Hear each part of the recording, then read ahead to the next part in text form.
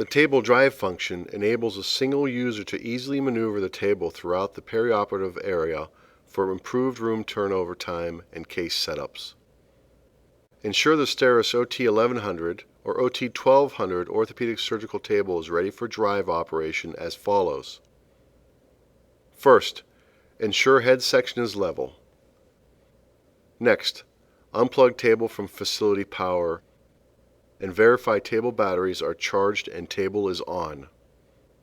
Now, lock floor locks through the use of the primary hand control. You will need to be sure the table is level before operating the drive function. This can be accomplished by pressing the level button on the primary hand control.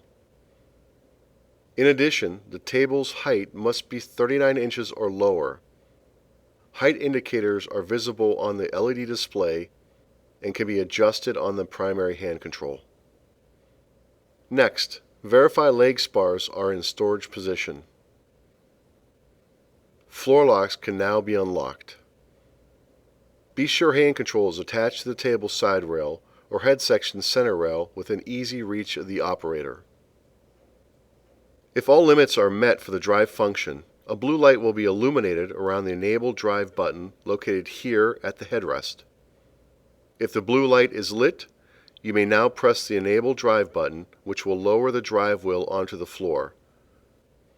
With the Enable Drive button pressed, choose direction by pressing the rocker switch up or down. Up will drive the table forward. Pressing the rocker switch down will drive the table backwards. Press and hold rocker switch until destination is reached, then release the rocker switch to stop table's drive power. You may now release the table's Enable Drive button. Note: during table's power drive, do not attempt moving the table on inclined surfaces or on wet surfaces.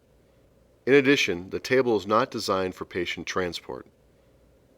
Follow these steps to use the OT 1100 or OT 1200 drive feature to easily maneuver the table.